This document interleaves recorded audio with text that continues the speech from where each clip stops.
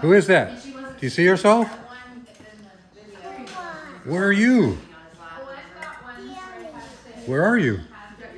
Where's your sister? You see your sister? Oh, there's your sister. I guess you are you not in that one? She might be in the one by Oh, you were homesick, right? There's one by the front door. How about let's go to the front door. There's one over here. Let's go look at that one. Maybe you're in that one. Let's go look at that one. Let's go take a look.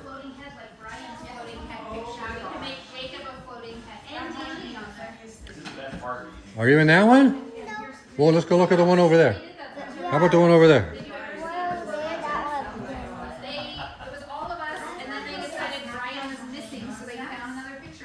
Are you in that one? Where are you?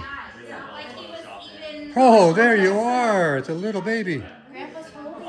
Wow. Pretty cool. You're real big now. Well, yeah, food's the most important part of the day. Friends Day, especially all those Disney treats, you know, gotta retrain your body after all that. All the churros for breakfast. Hey, you know what? We eat donuts for breakfast. That's what I said. I said it's a donut. I said it's a donut. When you're eating sugary cereal, what's the difference between that and a donut? No difference. You got it on your own. At least you're eating. Yeah, so Jacob, so here's one of the ones. Here's me. At Bernie. We have so many. I know. I need to make a flash page. Yeah. Okay. Do you need Bella to help you? Gosh, look at.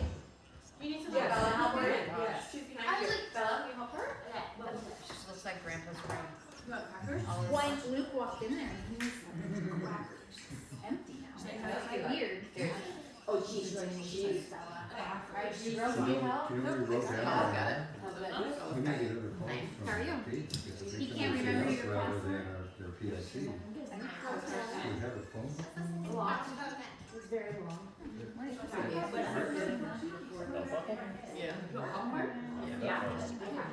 Oh wait, we got to change the scene. When she said that, well, and everybody was looking at, because I was with the way I had the video, like I'm like trying not to laugh, but like all eyes are looking at me. All I could think was, Yeah, well, it's okay. I didn't know he collected coins, so apparently, oh, he got that. Do you need more? Is that everything? Here, maybe. Yeah, whatever. I called it in, not to There's laugh. treats too. I see cookies. There you go. How's that? I see cookies too. You lead the way. I'll follow you. Look at her. Chocolate chips. There's sugar cookies. There's brown ones. You want a Chocolate chip, or do you want a fruity one? There's frosted ones. Do you want one of the butterflies? Oh, you pick them. If you touch it, you gotta take it. yeah, that's You the one right touched there. it. Oh, yeah, you know what we used to do? I like them Good all. job. Remember I brought Good them up job. here. You know what we used to do is Jack and I would look at each other and go. Can we eat them all? Alright, where you gonna sit, girl? Dad didn't like that much. Look at that. Oh, It's nice in here. There you go. Oh yeah. Hi, Luke. Where are you gonna sit, girl? You gonna sit on the couch? Not right there. You're gonna sit on the couch. Yummy. We got some watermelon. Take some over here. Well, we gotta put CC the rent thing. Sit on the couch. I'll go get it. I'll get it. Okay, I'm hoping it's Sit on the couch. Let's have the- Oh, it's Jim and Linda. They can This open used to it. be Hannah.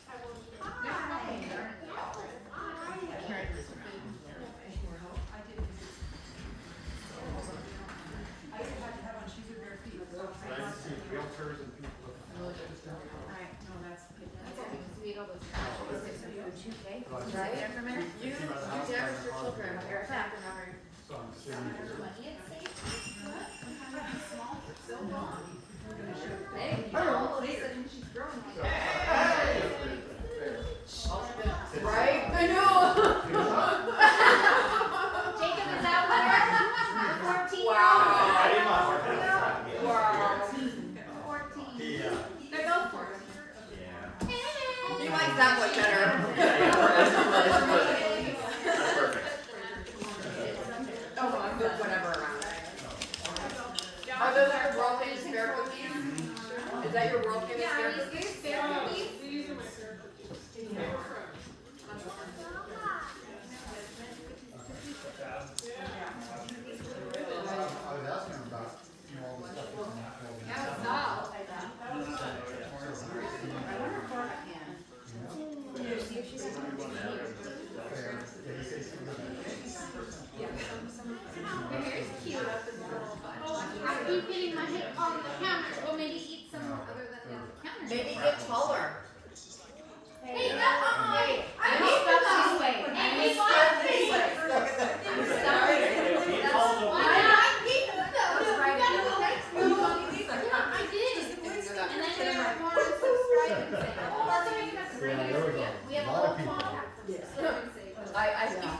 because it's limited. I don't drink all of them at once. How are you?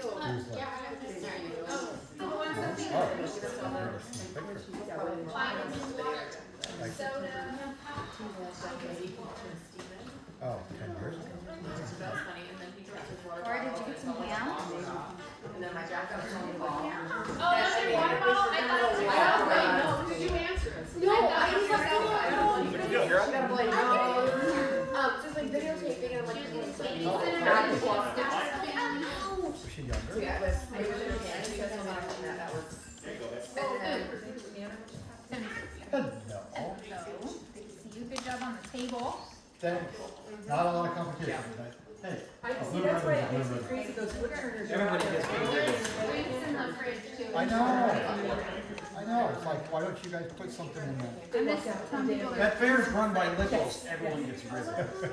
It's like an anticipation thing. No, I know. no, the kids do. Oh, The the adults kids- do not. Oh, the adults do not. Almost everybody. Hey, but there's a bunch of food, cookies and stuff. Soon you're gonna have to turn that down or go watch it in the playroom.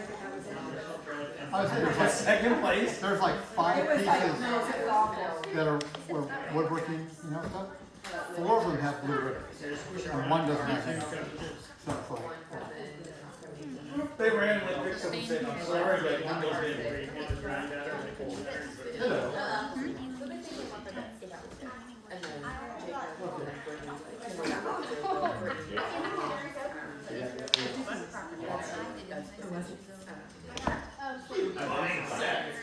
I've been since like 2014. Hey, when we go back, it's June. I feel like I will never. So my dad. And then she's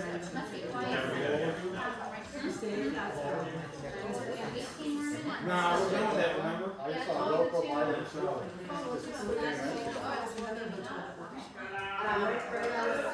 tournament or whatever is next Saturday. I had no idea. I was no idea.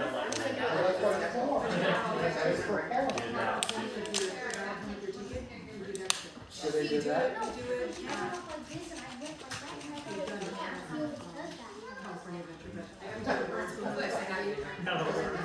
I'll send you the schedule so that way you guys have it. The whole day, one Somebody's coming in.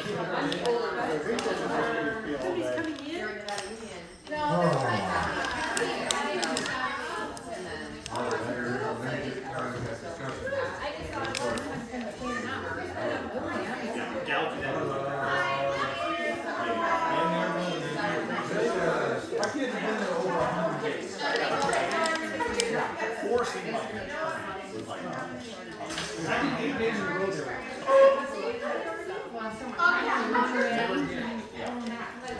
I think maybe 3 more years. How'd it go? Oh, you gotta go back? So you gotta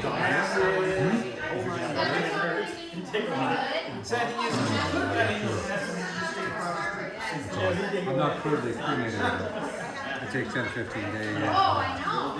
So what else have we got?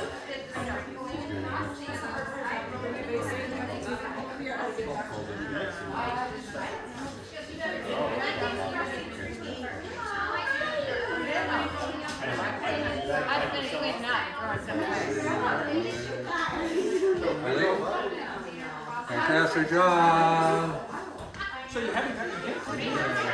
My part's out, There's mine. I know, they're so screwed up. Well, I went to give It's better when it's not all Wednesday.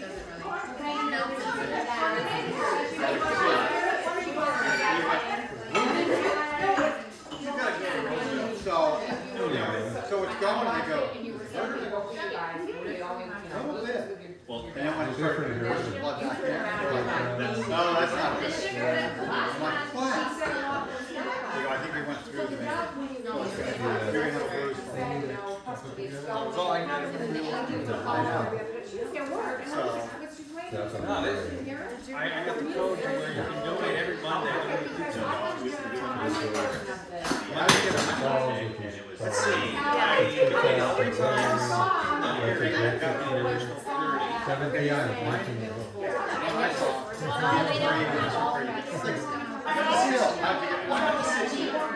I got 25 to go to the club. And then I get $5 extra for every time I go in a month. I got code for that. I signed up like $20.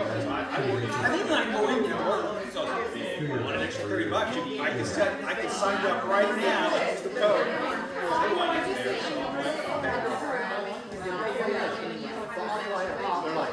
We don't know anything about the codes or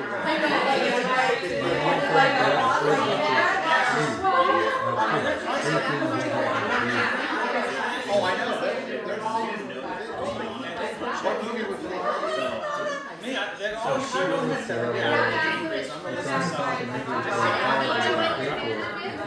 But then there's too much. You can do a double, you can do a single, and then you can do a platelet and whatever you guys want.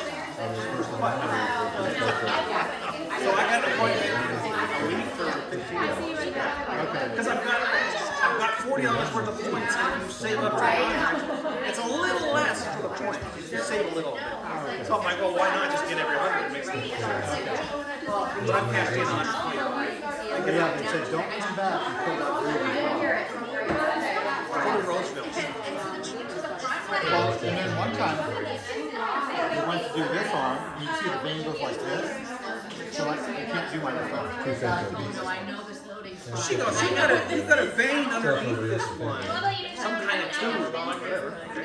And they draw on it and they make sure like When they do this one, it's in right. He said that only happens like one time every 1,000. I'd switch locations. Is that because the needle is off? Why does it happen at all?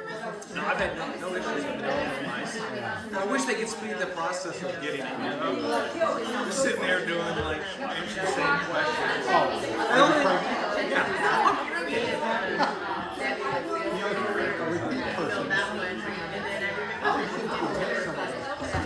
At least let me save the QR code and send for it. You spend that, I'm changing.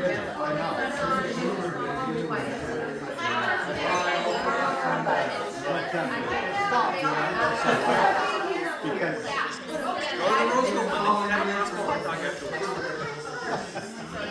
It's right on the highway.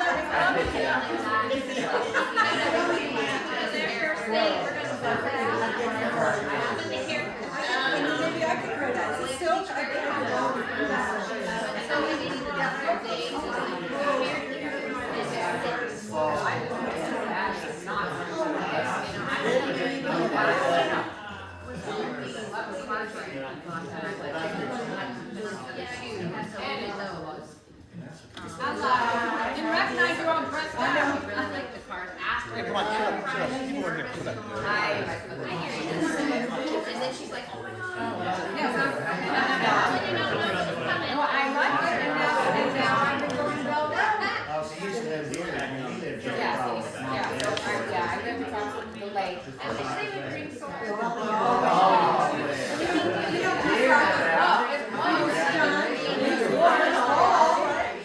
So she lived here.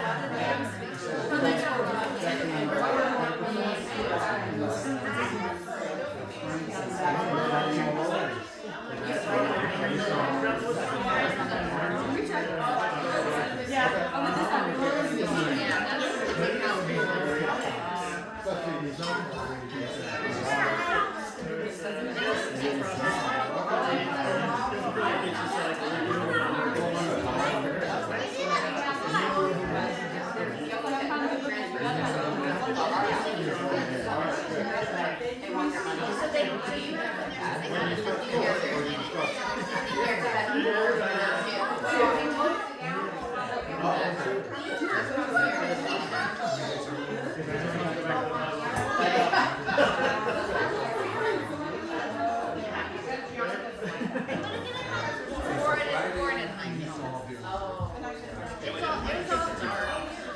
didn't like that. Well, I can't believe you put her on the front. We couldn't, they made us, because she's under 7. She was 7 or older, so she could go buy makeup, but it's a wing for her thing. Yeah. You should wait. I have one out front seat.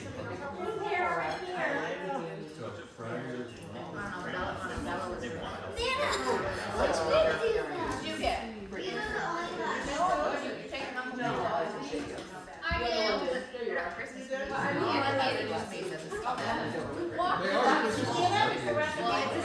could help me. She didn't make the that. Are they a Good Christmas cookie. She made it at Christmas. She makes them all the time. Yeah, there you go. I was gonna say, there's no way those cookies are that old. I would have eaten them by now.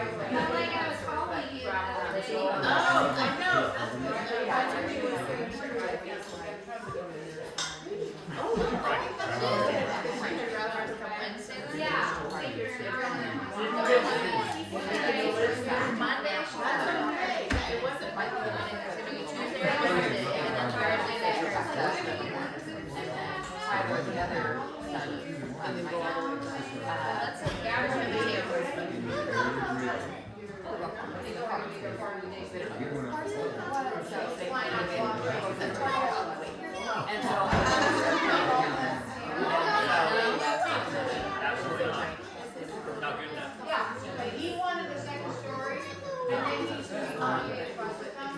so supposedly they got her on the ground, and so far it's been broken. So we have to go. My countertop? No, so you can put all that wrong.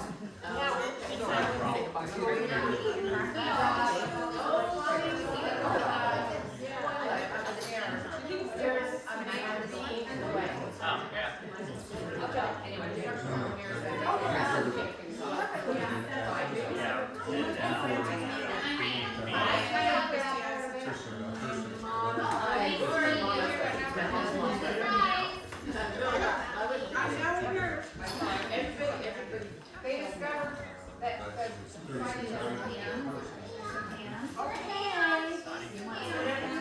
Existing? yeah. Now we're pulling off all the siding. Oh yeah, because when they built back then, usually the beam went out in front of the Even the way it's happening because my house is here, board and batten siding.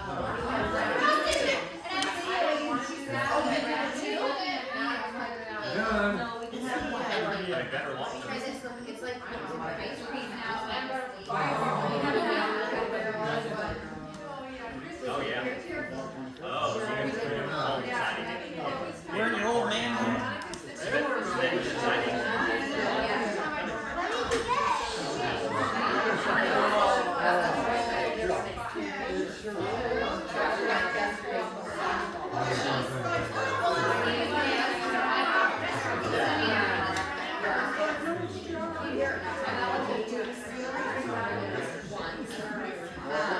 I said sit up.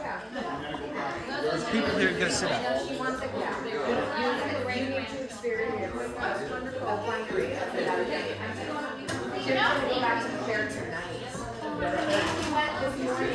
It's on Saturday morning, which is different than Thursday. And I think you have to see it at night. Two cookies. You're not working today.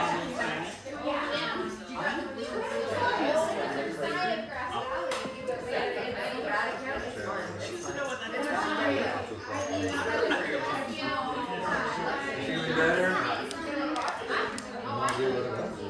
Did it taste good? Howdy. What's with this duck stand being more expensive? Hey, hey.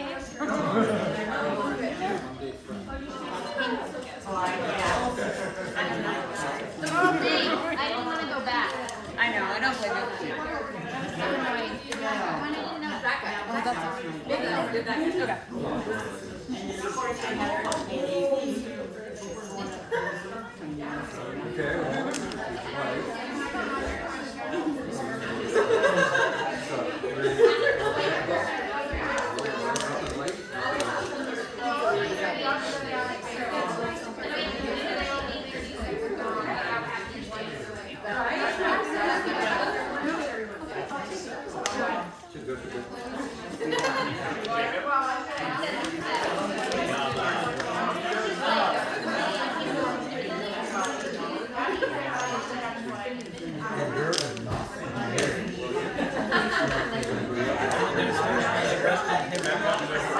Kids, I don't have to go downstairs to use restroom. Kids have the room back.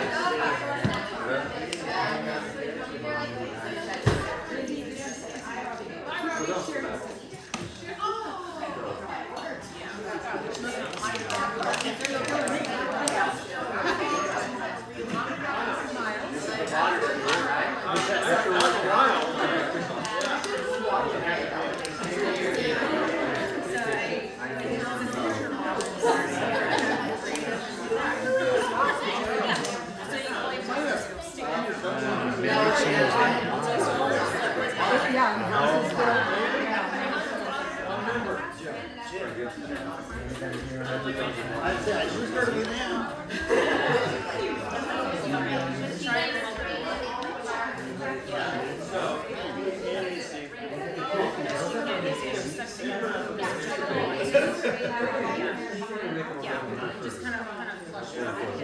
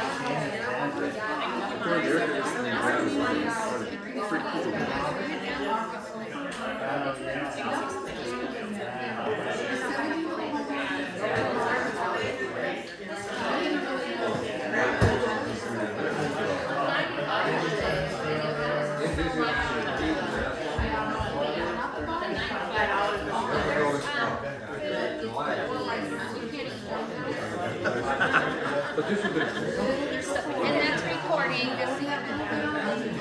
And then they're doing this in the branch.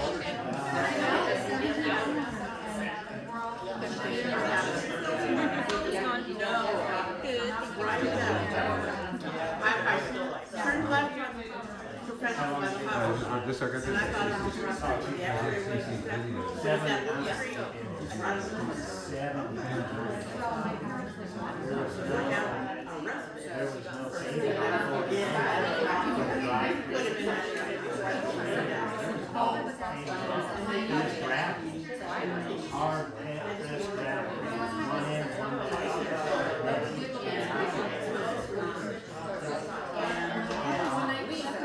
Writing it down at the same time. And I was trying to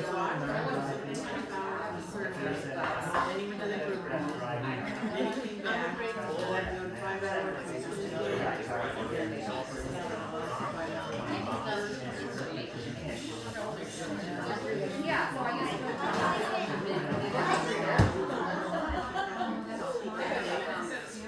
yeah, so 49 is Lone Star. It used to be on the golf courses out there. So first was about 28 was out there now. If you eat the strawberries and then more crackers. Oh yeah.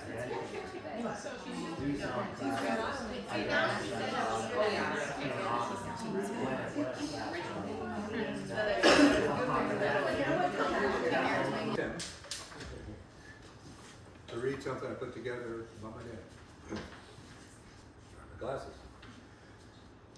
Well, thanks everybody coming today for the celebration of life of my dad, Don Campbell. Before I say any more, I want to thank Francie for always being here to support my dad.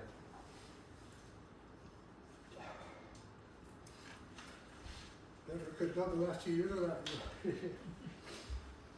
I also want to thank Eileen. 10 years ago, she moved up to LOP to help my mom with ALS. When she died, if Eileen had not been here with my dad full time, he would not have made it. During the last 2 years, Eileen was either FaceTime or come over and visit basically every day, which meant more than I think she'll know. My dad was born on January 24th, 1937. From what I've heard, which some people have commented on, he's admitted he was a pretty wild childhood back there. His passion as a kid was amateur radio. Started at 14 years old. He just got a lifetime, or not lifetime, 70 years in the AARL. Award just came in here for being in amateur radio.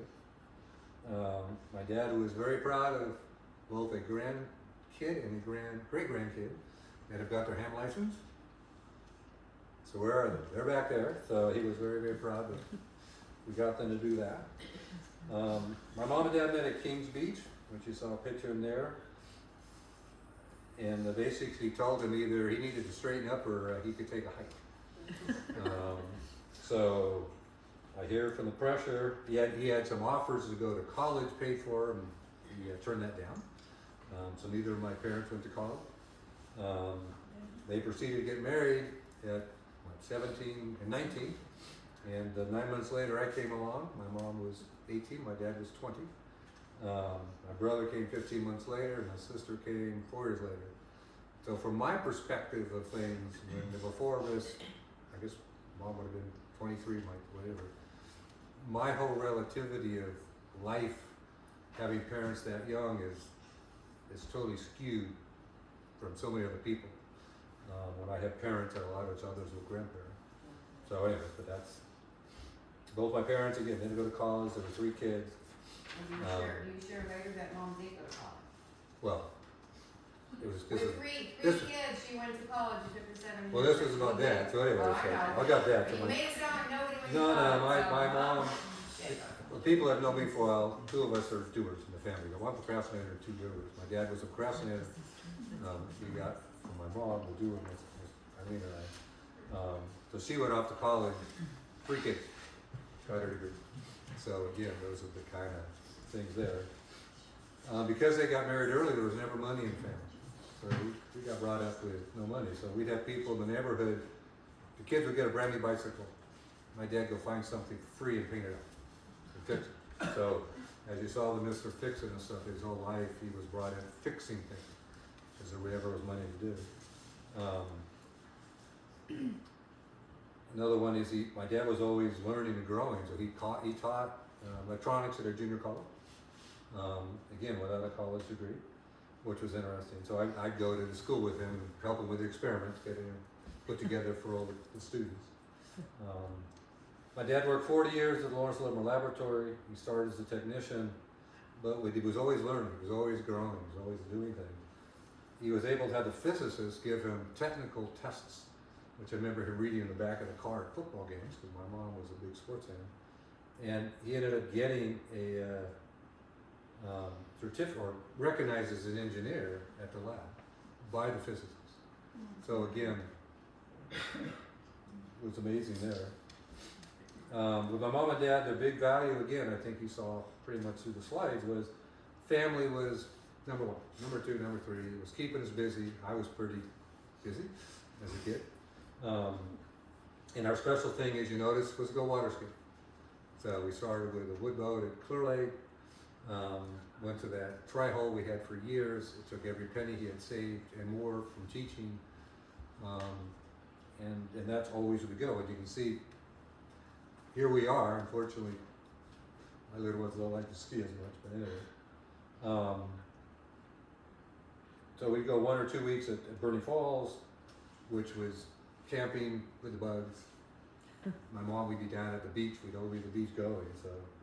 So again, the big thing is always keeping us busy, the family.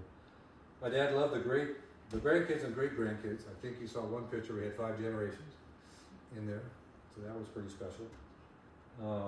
One of the special things my dad did 40 years ago is every Christmas he would interview each grandkid and great grandkid. So we have 40 years of Christmas Christmas interviews.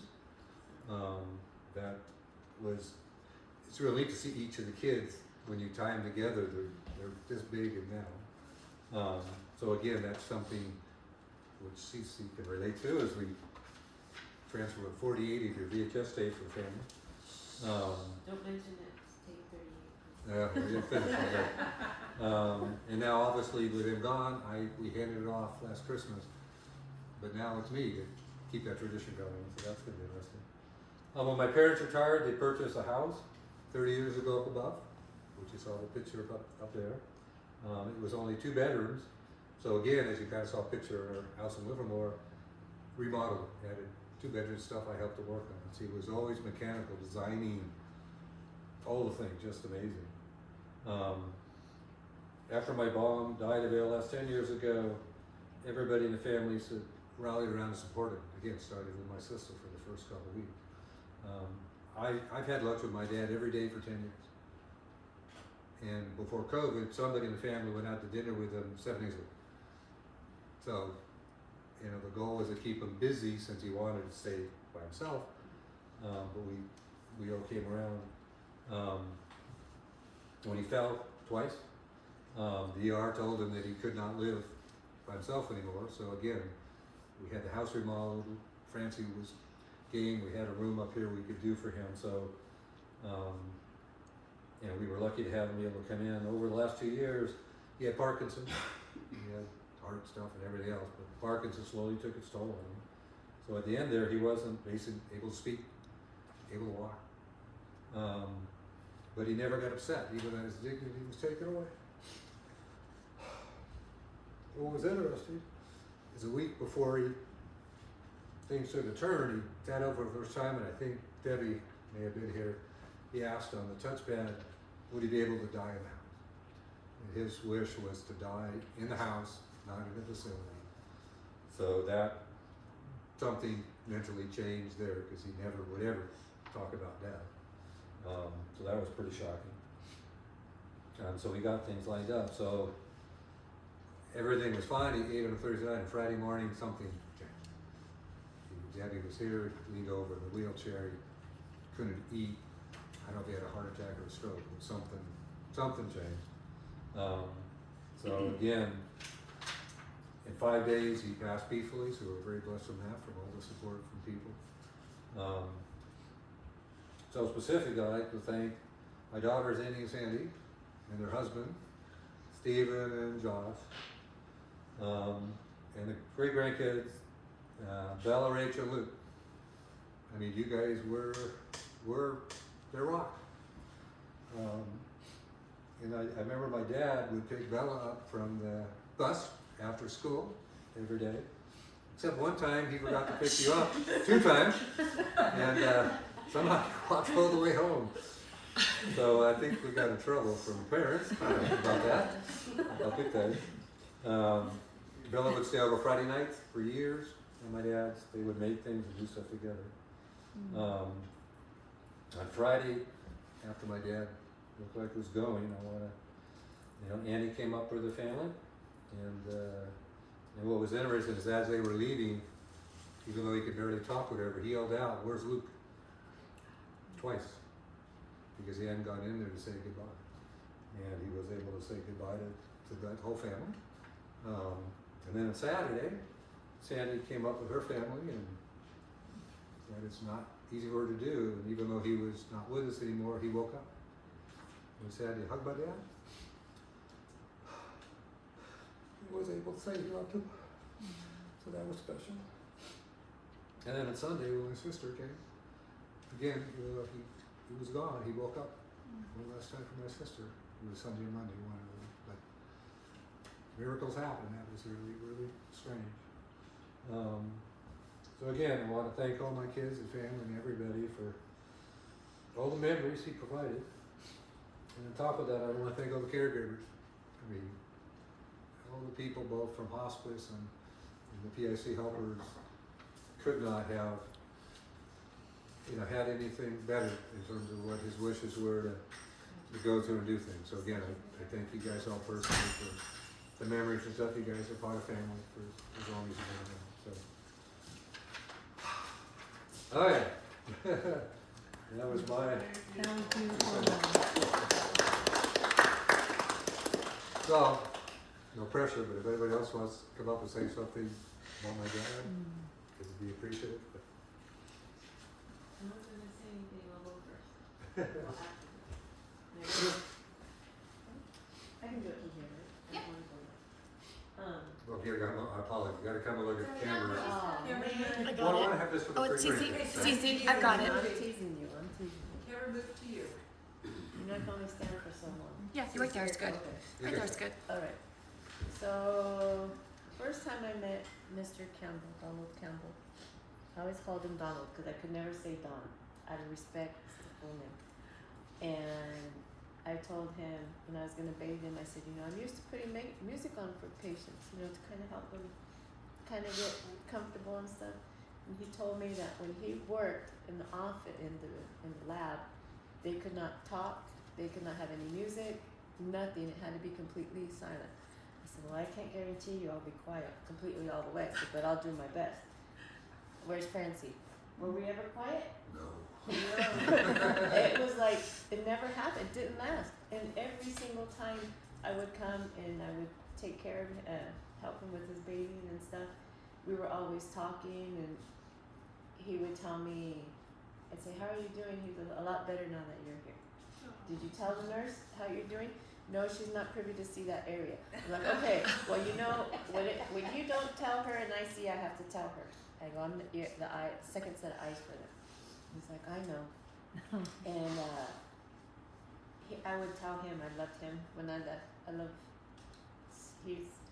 He was like a father figure for me. Before I went to Nigeria to get married, he spoke with my husband and gave us his blessing for me to go, which my dad didn't do. So and he always would ask me how he was doing and everything. So he has a big piece of my heart here.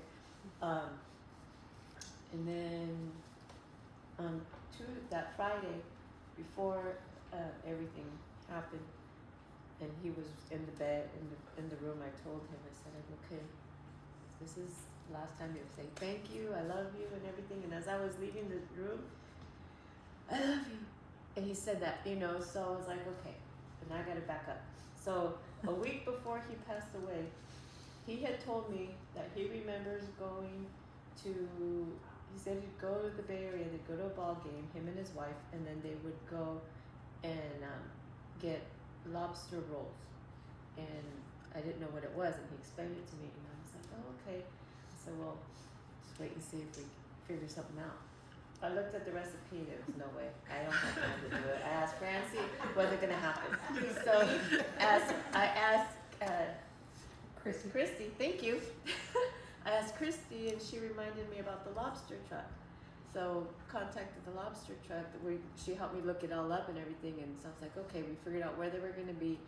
I saw 3 patients that day. I hurried up, went to the lobster truck, picked it up, and then I brought it to him, and I was able to feed it to him, and he was happy. It was a really good experience, because I told him, I said, if this is one of the last meals that you're gonna eat, I would like it to be something that I know you're gonna enjoy. And he did. He was chowing down that lobster. Really, really, really good. So it was really good. It was a blessing.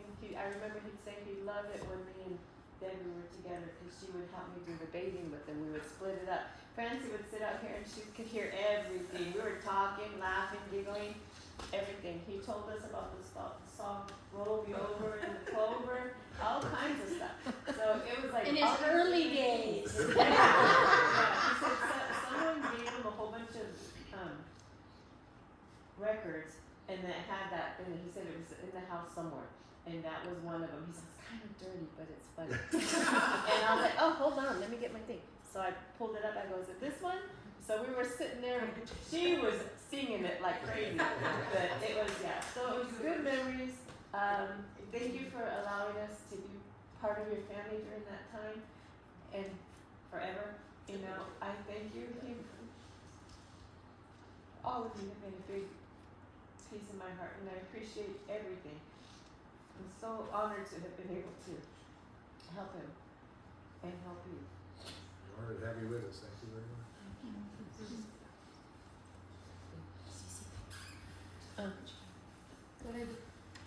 What did it? Oh.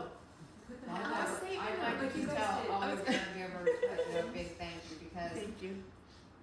my mom and dad had a difficult time dealing with death and for health. So unfortunately with my mother, we didn't get a lot of it, so it almost took my dad first. So this go around, at least the 3 of us were on the same page, and we kind of didn't really tell him what was going to happen. We just knew when it was time for some help that we got it, and from day one, each and every one of you were so good that he never, and he would have told me, he would have said, Eileen, I'm not going for this, if he remotely had a problem with any of the care that he got. And that was why he, every time you guys would tell me, Eileen, are you ready? I called him to come back in, because he kept coming back, because he got such great care and love from all of you. So, I truly appreciate that, because with my mother, unfortunately, we did not get that kind of help, but that was their choice. So, again, as David said, the disease almost took my father first. Back then, I just said, there's nothing I can do to be here for my mother, but I'll be darned if it's going to take my dad first. And it didn't, and I know, like I said, she's looking down for him to have gone 10 years without her. He didn't want to. That day, I thought for sure they were going to be the 1 hour couple, because they were, high school sweethearts. sweethearts, and he didn't want to be here without her. So thank you so much, all of you, because when he started getting sick, I mean, there's no way any of us would have bet Dave's ice cream cone that he would have kept going, because he missed my mother so terribly. But all the love that all of you shared with him is why he kept going. And so as his daughter, I truly appreciate that. So it's different, like I said, I wasn't gonna be able to help him as much as I did my mom. It's a little different being the daughter. So, I mean, I appreciate that you guys were able to fill in on the parts that me and my dad did for my mom, so thank you.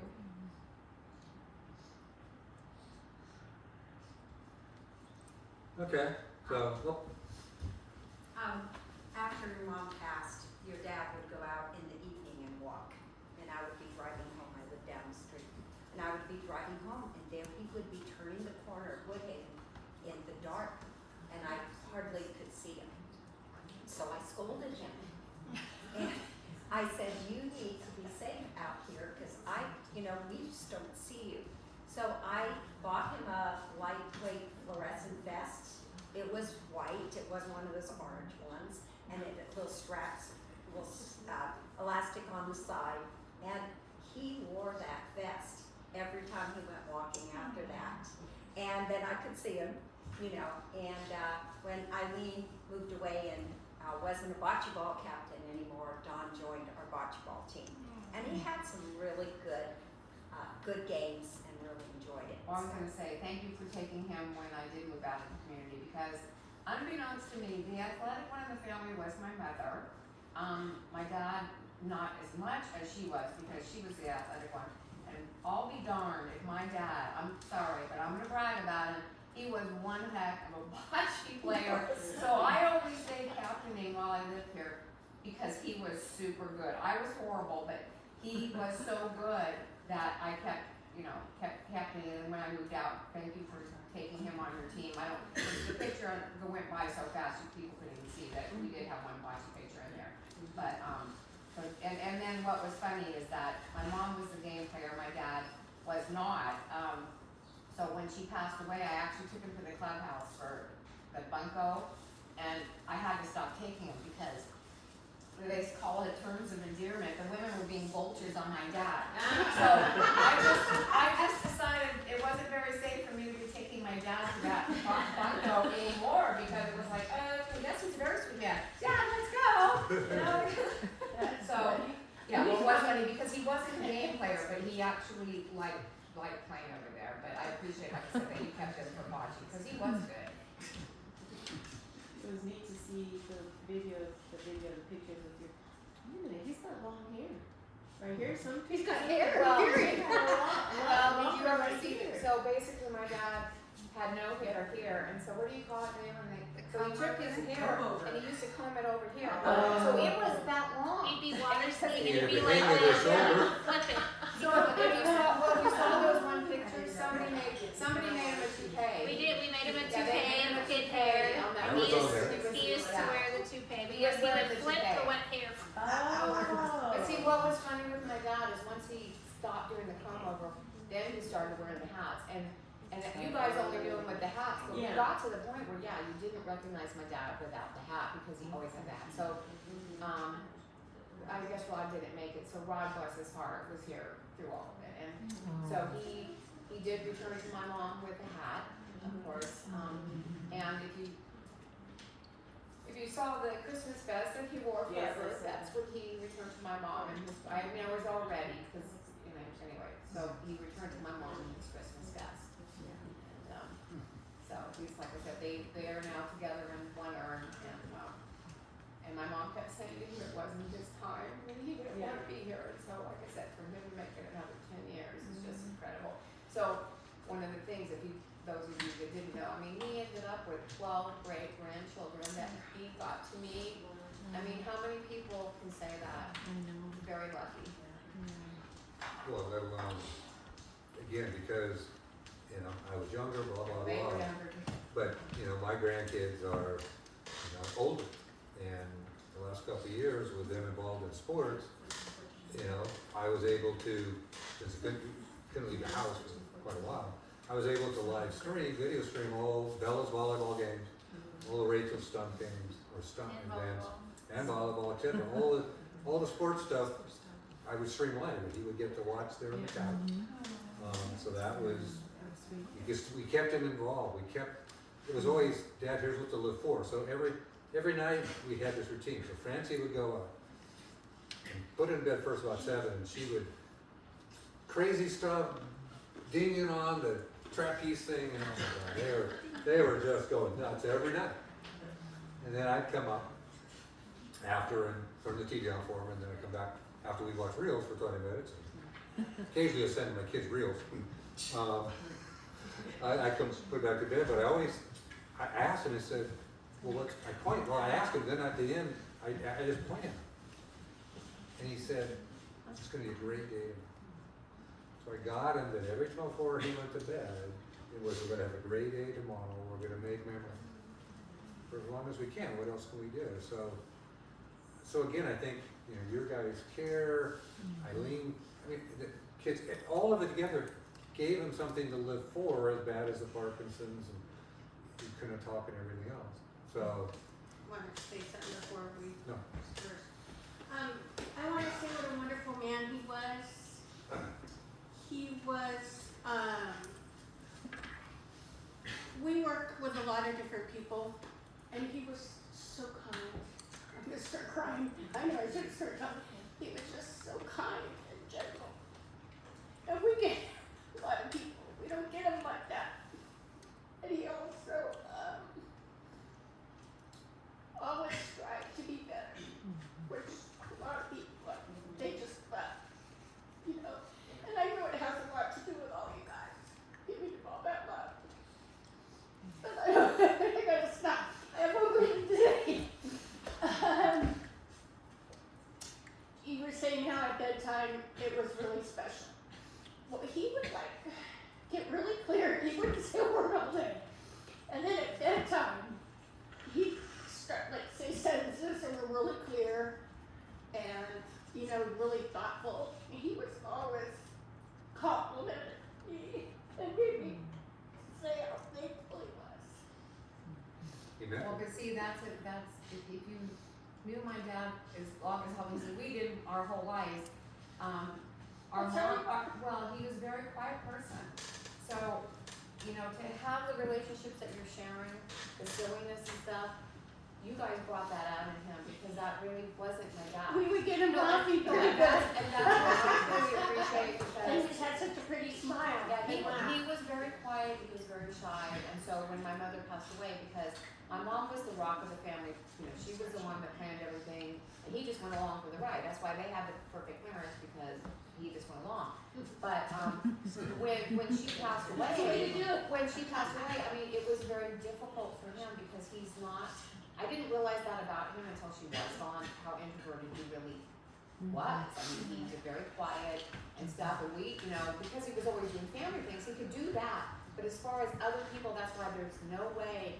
When he first was figuring out what we had going on with him, he looked at me, and all I said to him was, look, the three of us are on the same page, which doesn't happen very often, so that stopped him in his tracks, because if me, Dave, and Scott agree on anything, then it has to be the right way to go. But like I said, for you to be sharing any silliness or him getting to, express himself, and that was really tough for him. He was a very quiet person, so. He would laugh when I would clean him, and I was cleaning his hair area. Sorry, Donald, that I was mentioning this.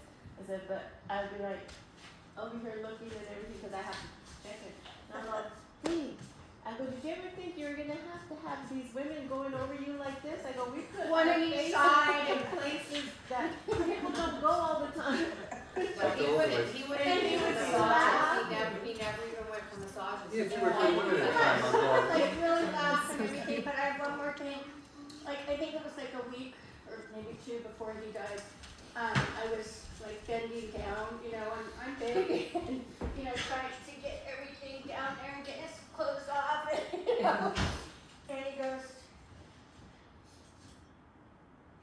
I was lucky when I got you. Oh, see. And I just want to leave it on. I was lucky when I got him. And I'll never forget it. It's also interesting as we were doing some of these, again, toward the end, he was whatever. So my thing is, he'd be sitting there on the thing without his shoes on. Yeah. So I would always kind of come in to see how he's doing, and I start tickling the bottom of his feet. And we occasionally would get a grin, like, you're back with us and stuff. But he didn't smile very often, so that was again a little something that it was always, okay, I'm gonna see how he's doing. Tickle his feet a little bit, see if I can get him engaged. See, I see it, he smiles all the time. I was gonna say, I'm gonna smile all the All time. the time. But I was a good little sister.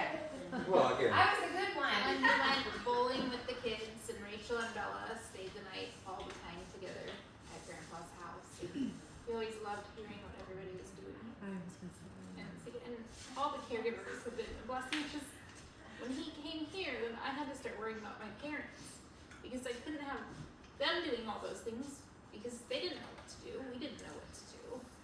If you guys hadn't come along, I don't think he would have lasted as long as he did. So you guys, not only did you take care of him, you took care of my parents, you took care of us. You guys were always so welcoming and talked, and I mean, it was like we were walking in it didn't feel like we were walking in the house with strangers. Because at first I was like, oh my gosh, this is gonna be weird. Like, different people are gonna be here for Christmas, and all our holidays, and it's different, and it's not at my mama's house anymore, and it's here, and now Grandpa's here, and now there's here. So it was a lot of different new things, and you guys just made it so easy for us. I told him he needed a caregiver for ITP so he could have somebody hang out with him every day, When you have somebody here, you guys have been here 12 hours every day for over however, it feels like forever. I feel like you guys have all just been a part of the family, and when he passed, how can we help you? What can we do? Are you guys okay? You made sure we were okay too, because that was weird, bringing my own kid here and her great-grandpa had died, and I've been through that, but she hadn't. And my son, he still doesn't really understand, and eventually he will. But thankfully they got to know him, because Luke was a baby when Nana passed, so he doesn't really remember her. Rachel does, but they'll remember him. But he had in such a big village, and Catherine Miles, they came all the time for 4th of July, so he loved everybody, and he loved doing, he went to Monterey so many times with us, and he loved doing, and my dad, it was not his favorite thing as he dressed up like he was a flippin' polar bear or something when he was there because he was so cold. But they knew that Grandpa loved going, and so they would come, and so we could have those memories and experiences with him. So when he fell, we realized those were over, and it was kind of weird, you know it's coming, but you just don't know when. So we thought it was coming many times. We were on our way to Great Wolf Lodge the first time he fell. It was like, do we need to come home? That was 2 years ago. So I'm glad we had those extra 2 years with him, and thanks to all of you, because we are not equipped to do everything that you all do. And he did. He really did like you all, because he wouldn't have really talked too much had he not. Well, but he did, and he really appreciated it. Appreciation. Yeah. And his quiet ways. Yeah. So thank you for He all would of that. stand up and gonna help him in something, and he's like having a hard time, and I'm like, okay, well, hold on, go like this, and then I go over there, and I'm like, okay, now give me a hug, and then I go, see, that's the only way I can get you to give me a hug, and sometimes we would dance a little bit and everything, just different things like that, and then he would listen, his face would light up. So just so you know, my mom is the hummingbird, and that has taken my family the last 10 years a long way. And my dad was ready, so I think you were here when he did. So my dad picked the bluebird as his, and I said, are you sure, Dad? Because I don't know if the hummingbird gets along with the bluebird. So if you see a bluebird, which is going to be a tough one, because I don't even know that I have not seen bluebirds around here, but definitely this morning. Okay, well, if you see a bluebird, that would be my dad, because we've seen the hummingbird in so many interesting spots on us that we're waiting now for this bluebird, and I kind of think he picked it because I was at Bernie the Thursday when I got back the Friday to come see him, that he didn't do good. So I actually FaceTimed him at Bernie from the waterfall, and I think because I was there, that was all of our family memories, I think that's why he picked the Stellar Jay, because I said, well, Dad, you bluebird or the Stellar, because the Stellar kind of squawks at people. You really want to be the guy that squawks at people. But anyway, so if you see the bluebird, that is definitely him. If you see a bluebird with a hummingbird, then that is 100% them. So another piece that's interesting is least my perspective of some of this, and some of this, while I'm gonna talk is, obviously, when you have somebody in your house for 2 years, I mean, I gave up my racing that I had done. I've been sick for 3.5 years, so my blessing or hope was to outlive my dad, because no parent wants to see a child die, and my blessing was to have him die in the house. So, but with all the stuff that's happened on it, a couple thoughts that I pass to the people is, number one, when you're here, you're here. And when you're gone, it's like you were never. And I've had somebody told that to me a week or so ago, and it just really hits that don't waste a day, don't waste a moment, because none of us guaranteed tomorrow. And me and my daughter are both in shoes of mortality, so we deal with it every day. The three things that I pass to people is, one, now, end of life. Get it written down, get it discussed, get everybody on the same page, because my mom and dad would never talk about my mom was dying and what her options were. And then my dad, that last week, when he started asking me what the options were, I felt terrible as an engineer that always tries to plan ahead. That I told him we didn't plan for all the options. For me, I want the ability to write to die. I want my quarter life's gone. I told my kids, I want to take the cocktail, I want to sleep, and I want to go easy. So when my dad, after the second morphine, said, "Why am I still here?" that we heard, because he had programmed for my mother's death that somehow morphine killed me, which it doesn't. But anyway, so one is, right, we're all gonna die. So seriously, go do that. Get your wills, your trust. I'm gonna go pay for my kids. We're all gonna update our trust and do wills. Get it all ready, because we're gonna go. And at the end's too late, and there's too much money. Number two, get rid of your crap. Nobody's going. You're the worst one. We spent 2 years having to clean my dad's house up, and I got to deal with all the stuff, and I've got rid of. All he did was, when we were cleaning out my dad, Mr. Pack Rat, Yeah. and brought it down to his house, when he already had 30 years plus of Pack Rat. So now he's got my dad's stuff and his stuff. But but seriously, I give her a few things, but none of the kids are gonna want your stuff. That's true. None of the kids are want, for whatever reason. Well, what's harder is getting rid of somebody else's stuff. So while you leave these things behind, it makes it really tough for your kid. I'm not a Pack Rat, but then to get rid of somebody else's stuff is extremely difficult. But again, the stuff weights you down, and it doesn't help the family at the end at all. So again, lighten the load, keep what's important. And then the thirdly is, if you're blessed to have some money, spend it. Don't wait till the end where you may get inheritance, you may not be around. So we've been blessed that we can get a little money from my parents' estate, a little from my wife's estate. Every money is going to pay for my grandkids or going on trips. I mean, they're getting their inheritance now, because I'm not assuming that I'm going to be around. I mean, but with all sincerity, it's make the moment to it to make her blessed to have it. I mean, I got a $2 million house and I'll never see a penny out of it, so what's it worth? So those are the three things that I've really been reinforced with this journey is. Well, my parents, as you said, they did not come from money. They had to save. My husband says I stand on a penny and don't get off, because that's how we were raised. I mean, like he said, my dad worked extra job to get that load, which was our life. Our life was that load and largely. So everything, I mean, we may not have had a lot of money, but my parents, there was never anything that they didn't get for us. My mom, I don't remember her ever buying clothes, nothing. It was all about us. So it was hard. I mean, even at the end, I said to my dad, the only thing I regret, Dad, I said, your mom didn't spend some more than money. He said, you don't know. You don't know, how sick you're going to be. And truly, we would not have been able to have the great caregivers that we had with him if he hadn't saved his money. So there is a fine line between that. Is that anything that he wanted, even though he wouldn't make a decision to do it, we made sure it happened for him. So, fortunately for my dad, whatever he needed, there was no ifs, ands, or buts. We didn't have to worry about that, which other families unfortunately don't have that, where they would love to have a Deb and a Cece and a Sherry and a Rod. I mean, a lot of people would love to have those people in their lives and don't get to. So, anyway.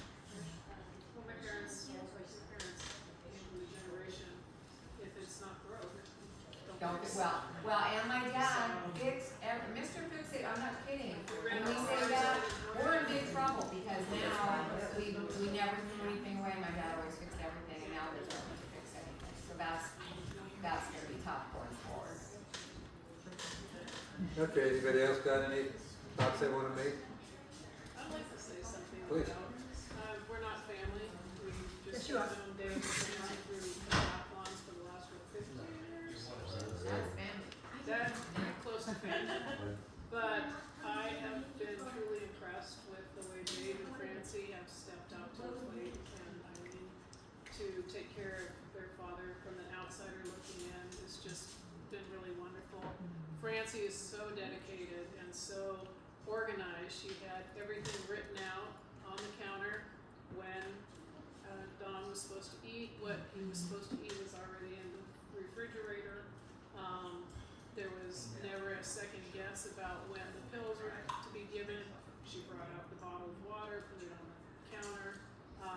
It was just an easy flowing, and I know because Jim and I took care of my mom for 6 months before we moved up here. It's a chore.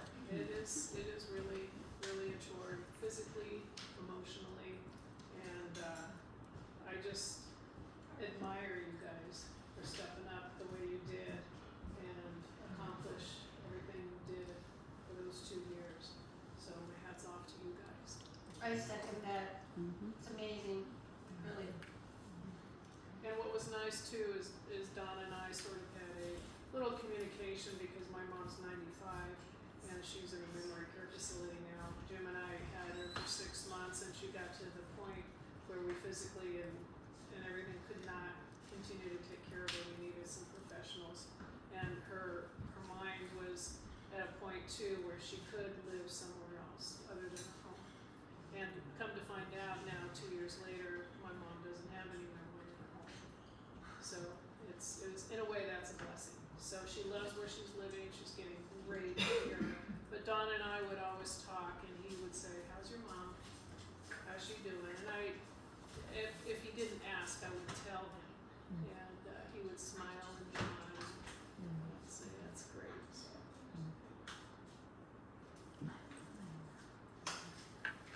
Okay, anybody else? Oh, So okay. I only got to meet Don one time, and I feel so blessed. Every time our team would come back to the office and they would be talking, "Oh, he's so kind." And I go, "Who are you talking about?" They go, "Don Campbell." And I go, "Next time you go, could you just ask him if he's open to me coming out, just providing some emotional support?" And so they would ask, and yeah, he's gonna think about it, right? He's a man who likes to think about it. And so the week before, I got to come out and meet Don and just see what everybody had been talking about, just his gentleness, his kindness, his, God gave me supersonic ears to hear his whispered voice so that I could hear what he was saying. And it was just a beautiful opportunity for the family to say, yeah, we love you, and we are so blessed to be able to care for you at this time in your life.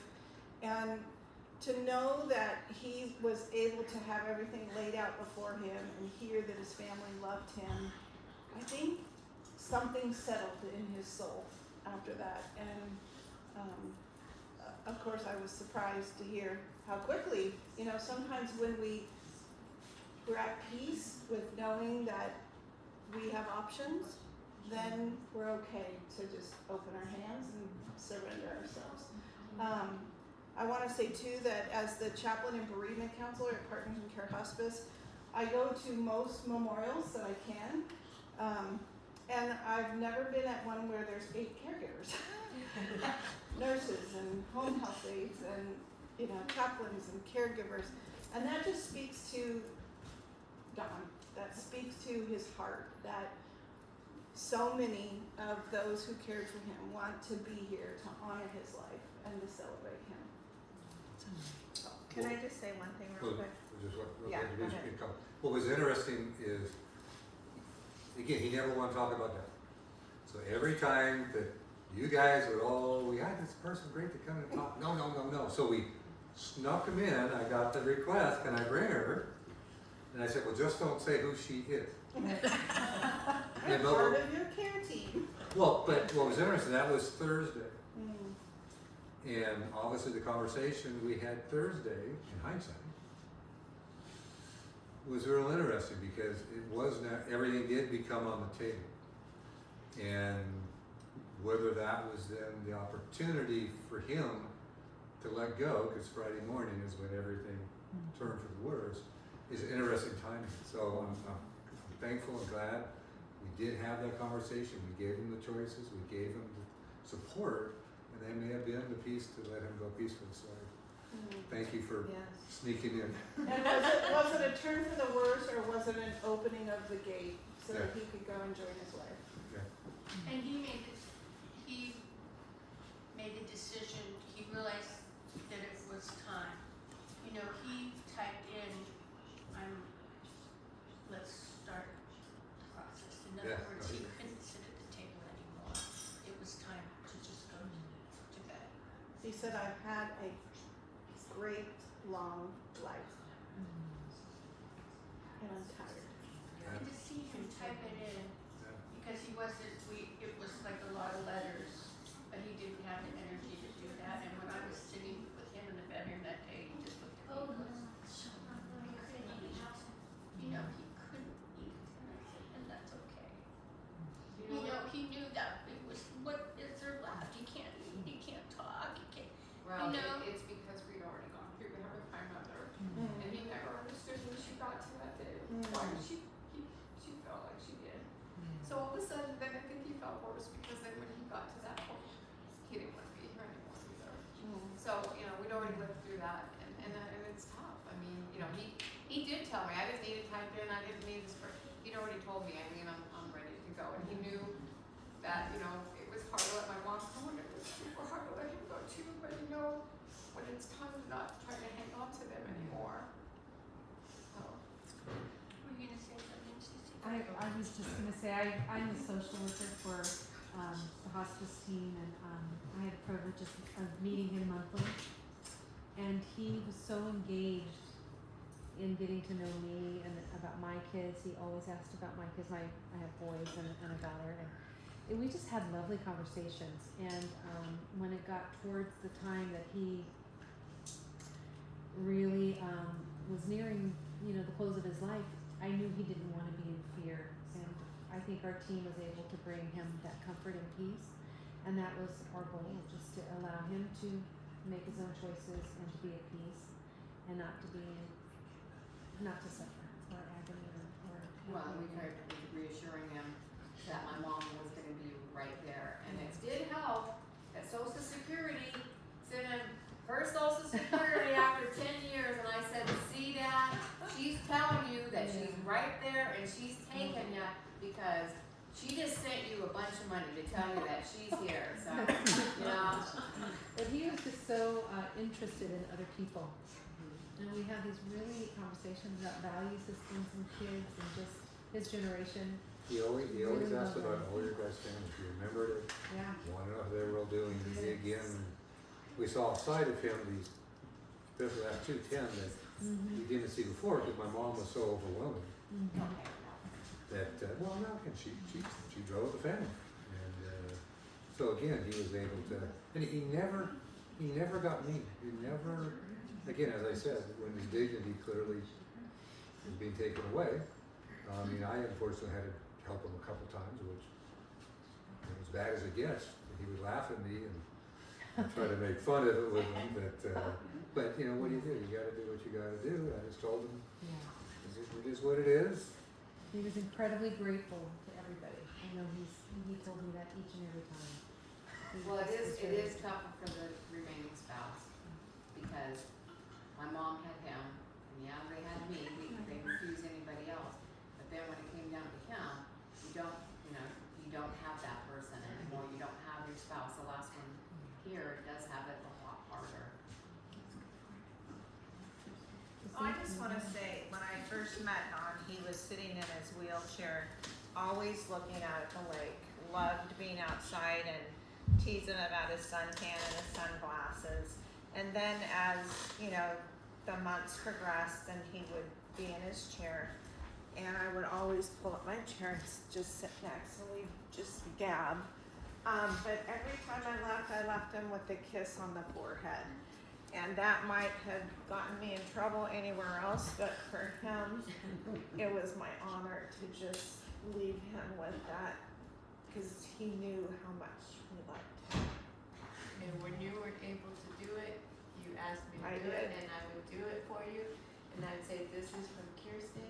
She's sorry she wasn't able to be here and do it. I will do it for you. You just smile. Did you tell her to do it 10 times? Oh, Cece. You never stop. No, I couldn't help it. No, I was also was, you know, would shave him and stuff, but I got to the point where I strongly feel that who am I to take a little bit of independence away from someone if they can't? So he would shave himself, and whatever he didn't get, I would get the rest of it. But I loved seeing him and learning so much as to how he would be able to get the razor, and he appreciated that. And that's what was so beautiful, is he always was very grateful for everything, and he would tell me that when I would come, you know, that he always looked forward to it, and it was very, very fulfilling. And that's why I stopped taking him to that box. I'm not kidding, it's not bad. No, I know. No, it got really bad. I'm like, If I was, they worked for days, they were more like, no. I had to protect my father. That's crazy, and yeah, okay, that's what I'm thinking. Okay, I'm gonna talk to you. Okay, so again, I can't, again, as I think they're on here, to help get hospice as soon as, if it legally can be paid for, which we snuck it in on my dad, do it. Just on the way to go, and obviously again, he was blessed enough to save enough money to be able to support this kind of care, but again, without Francis. There's no way in the world that without Francie's support. I mean, we planned it for her mom, and unfortunately she fell, broke 2 bones, so we told her, well, we have to move in, and she was losing all that stuff. She came in the house, 12 hours later, she sleptwalked and fell right there on her head, and busted her head open, and 8 days later she was gone. So she never wanted to live with us, because she had her various parents with her for 20 years. But you know, we committed to doing it, so we did that, and my dad never, ever wanted to move in there. But again, we were blessed with your support, that we were able to keep him for as long. It seems like it was too short, in retrospect. And he even got the chair lift and everything so he could be here, and then he would tell me he asked or something. I don't know how it was, did he ask where he said that he wanted me to start taking the lift? Look over at that one next to you. It's your fault. You're the one that suggested it, chair lift for Sissy. And I'm not, he just told me that for me not to go that way. thank you for your memory. And then for me to make sure, he always asked me, did you come down the lift? Always. Yeah, and always, if you get, like, if no one was here and I was here with him, did you get everything ready? Ready for CC. Yeah. So we again, I mean, obviously with your MS and stuff, again, we just changed the house because of an accident years ago. So have hardwood floors to be able to, by looking at it, we fit in the chairlifts. So we provided the tools for everybody that we needed for support for him. Because again, obviously nobody wants to be bathed, let alone et cetera, so again. Unless it's me and Debbie Yeah. doing it. No, but I mean, but again, you know, just to be, No, it's true. it's a dignity. So again, the way you come in and handle, and all you guys making it as comfortable as Yeah. that kind of situation can be for somebody, it was just, so again, it was just, and again, it was great with Eileen and stuff, we got the lift chairs, we, you know, got the iPads. I hear the stories of people, kids don't want to spend any money because they want their inheritance and stuff, and it was, and if he needs it, we'll buy it, and write a check on my account, I don't care, I mean, you only got one parent, and I saw a meme just the other day about older people, why they like to sit outside.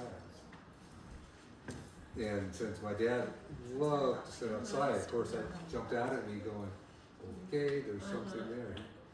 That view was priceless. Yeah. We did everything. At least we got a few more times at the end of it, got through winter. So again, I appreciate everybody coming and all the support. And,